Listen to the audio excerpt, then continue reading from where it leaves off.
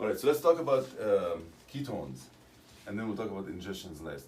So basically, for ketones, I'm going to give you 4 gases. Obviously, we know that ketones come from 3 different things, right? Either starvation, ketoacidosis, so basically the body is starved, and then in order to make more energy, the body is taking the fat from the cells and making ketones with it, because the ketones can be used as a source of energy. Also, there is alcoholic ketoacidosis, which is very similar, but the alcohol also it blocks some mechanism of making fat, so it actually makes more ketones, in addition to the starvation also. But we're going to concentrate on the diabetic ketoacidosis, which is the most common, right? Type 1 diabetes usually, or flatbush diabetes. Who, you know flatbush diabetes? Yeah, the type 2 that become that's insulin dependent. Yeah. It was discovered in Flatbush in New York. Yeah, morbidly obese people and. Now it's just regular diabetes. Yeah, just like. Yeah, what? Now it's just regular diabetes. Yeah, now it's American. No, yeah, at that time it was only Flatbush. So anyway, so we'll give you this gas. So I'll give you gases, and what I need you to tell me, if this patient will be admitted to the ICU for DKA, or maybe admitted for the ICU, but for a different reason, you know, or not admitted to the ICU at all. Doesn't matter. So you need to know their dispo. That's a perfect question. Perfect question. The dispo. No, we really need to know if this is DKA or not. Okay. So here is the gas. 723, 32, albumin, 2,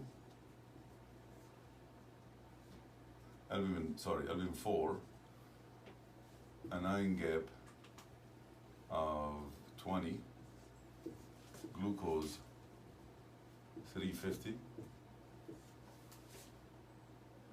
and ketones, urine ketones, negative.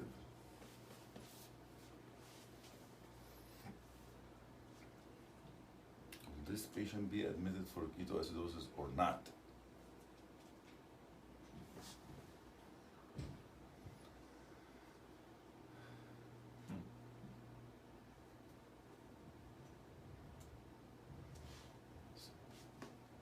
Yes. They've got a gap, and Yeah, they're acidotic. Yes. Yeah. So basically, let's dissect it. This is acidosis. Yeah. This is metabolic or respiratory? Metabolic. Yeah. Is it? So we're gonna jump over number 3. We're gonna go to number 4. Is it partially compensated or fully compensated? Partially. Partially compensated because it didn't reach 7.4. Then we're gonna go to, because it's acidosis, we're gonna calculate the gap. All right. So the gap is high, 20. So it's a gap acidosis. And then, so then we have a gap acidosis, right? And we can even calculate the other stuff, but it's not necessary now. But you know, we have a high glucose, but not too high, and negative ketones. So we have a right story. The patient has a diabetes. He has glucose, a little bit of a high glucose. He has an ion gap, and he's acidotic, but he has negative ketones. That's a board question. Yes, it's admitted. Why? Because the most common keto acid that comes out is what? Beta Beta-hydroxybutyrate.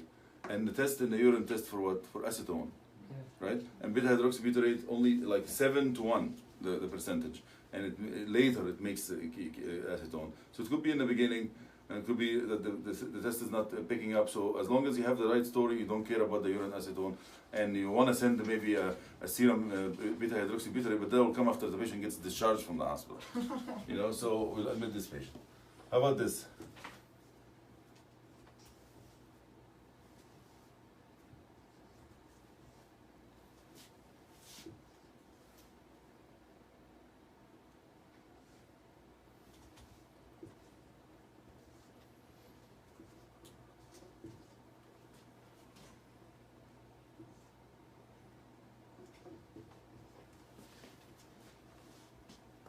We're going to admit this patient for ketoacidosis, diabetic ketoacidosis.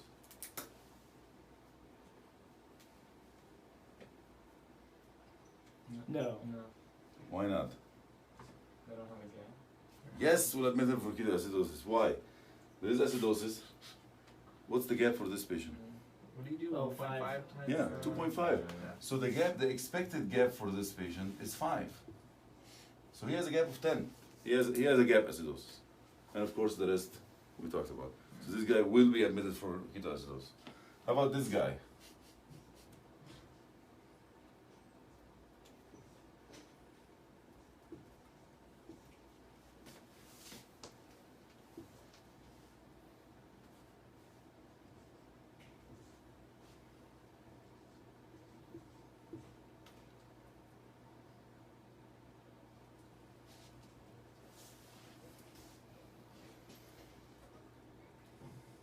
Seven point four, PCO2 18, albumin is 2, an iron gap is 12, and glucose is 300 with no ketones. Got a gap, Mm-hmm. but he's compensated. Mm-hmm. That's not good though, if his respiratory rates. Mm-hmm. Yeah, he's got a metabolic acidosis. Yes. Compensated. Yeah. Although this is normal, Right. right? It's a hidden acidosis. That's why the dissection of the ABG that we talked about, that's essential here. Because without giving you the bicarb, I didn't give you the bicarb, right? But just looking at the gas like this, oh yeah, 7.4, wow, if we correct this to 40, back to normal again, this pH would be like 7.2 or something, or Yeah. lower, you know? So we're not, so this is real acidosis and we're not. How about this one here?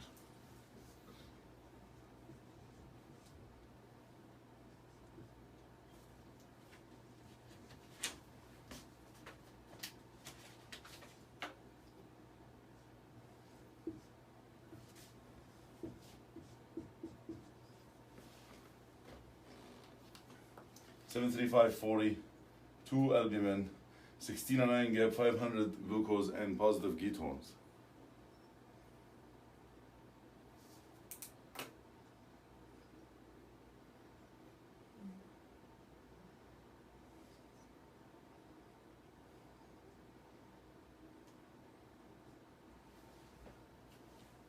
So it's interesting because he looks like he has so an elevated anion gap. Yeah. So there is acidosis, but there must also be the metabolic alkalosis Could be. if the pH if the It could be. PCO2 is 40 and the pH is near. Yeah, so either he has a metabolic alkalosis, like he's vomiting, Yeah. yeah?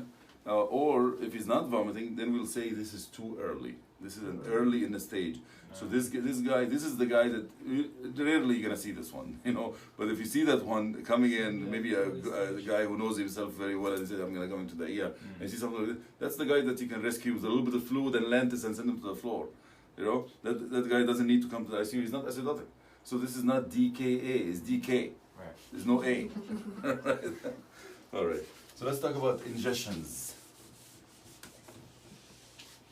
In the presence of an ER resident, that's gonna be challenging. All right. So ingestions. The main thing we talk about methanol, for example, and ethylene glycol.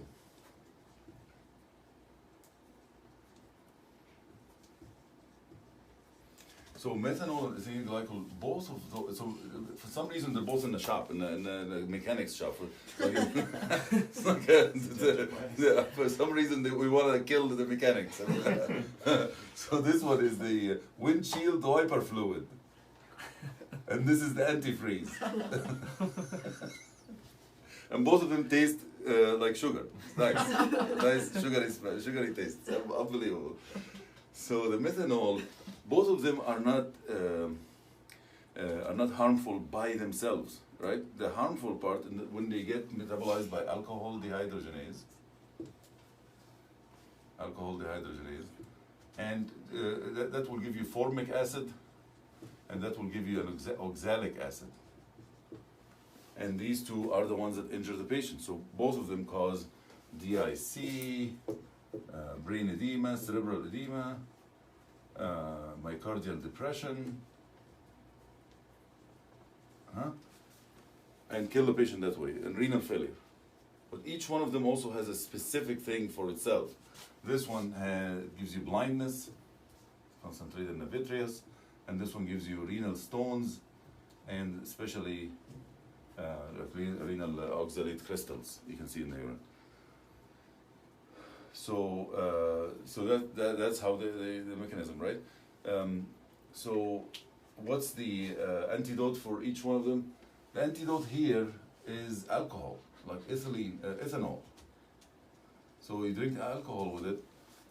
We had a patient who comes in here and said, I wanted to kill myself. He's like a suicidal thing. I drank a cup of methanol and 22 beers. Just to like make sure he kills himself. He didn't. But somebody, that's my suspicion, somebody told him before he left that he was lucky that he drank the beer. He went to the psych floor and blah blah blah and all of the things.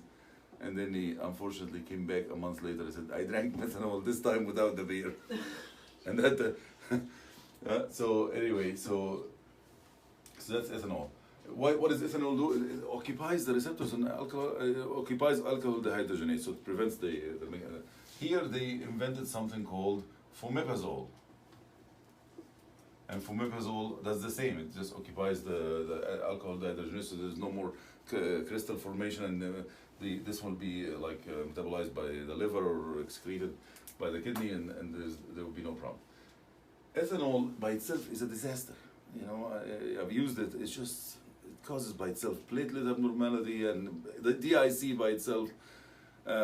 So people stopped using it and actually used the studies that were done on ethylene glycol and just extrapolated and using fomepizole also for methanol. Nobody uses ethanol for methanol anymore. Fomepizole is used for both. How do you diagnose those? Because there's no levels. The levels you send them, it takes forever. It takes 2 days to come. Right now they bring it back in a day, so that's better. But still, you know, acutely, how are you going to treat this patient? Or how are you going to find what? High anion gap acidosis, which we know that they are, right? It's part of the 4. I know the answer to at least one question in the lecture. And high osmolar gap. All right, so how do you calculate the osmolar gap? You're going to find the serum osmolarity minus the calculated osmolarity. How do you calculate the osmolarity? Who's closer to medical school? Something. Sodium. Yes, sodium It's 2, 18, and 28. 2 times the sodium plus BUN plus divided by 18. 2.8 Oh, 2.8. plus and, glucose divided by 18. God damn it. Yeah. So just think about it this way. You got it. So the sodium is the biggest determinant. That's why it's multiplied by 2, and then the BUN is a smaller number, so that's why divided by 2.8, and the glucose is a bigger number, so that's why divided by 18. And if you're here, you have to have alcohol added to this. Everybody has alcohol in their system, so multiply times 4. No, not divided by 4. Sorry. Divided by 4. That will add to your osmolar gap, and then you can calculate the osmolar gap. If you have a high osmolar gap, high anion gap, and you don't know what's going on with the patient, fomepizole is given every 4 hours. By that time, you can get more confirmation, more story, more whatever, but don't delay the treatment, just give the fomepizole. It's very expensive, but you know, that's one caveat here, that ketones can sometimes increase your osmolar gap. Ketones also increases your osmolar gap. So you gotta be careful. If somebody has high ketones and you have the right story and you know that the patient didn't drink anything, then you have to just hold your breath and not give him fomepizole if it's coming only from ketones. There's another one called rubbing alcohol, right? Rubbing alcohol, which is the one that we were killing ourselves with every day. We're gonna have cancer in our hands. But rubbing alcohol is the isopropyl. Isopropyl what? Isopropyl. Yeah, that's it. Alcohol. Ethanol. Isopropyl ethanol? Yeah, something like this. Isopropyl ethanol. Rubbing alcohol. That's basically, for some reason, people get confused with it. Did we mention rubbing alcohol as part of the anion gap metabolic acidosis? No, it doesn't give you anion gap metabolic acidosis. It just gives you osmolar gap. So if somebody drinks the rubbing alcohol, he gets osmolar gap, no anion gap metabolic acidosis. And I think the reason for this one is this is an interesting ingestion. I've seen one of these, The issue is that for those, they get metabolized. So the top two, they get metabolized to the toxic compound. But isopropyl alcohol is the toxic compound and gets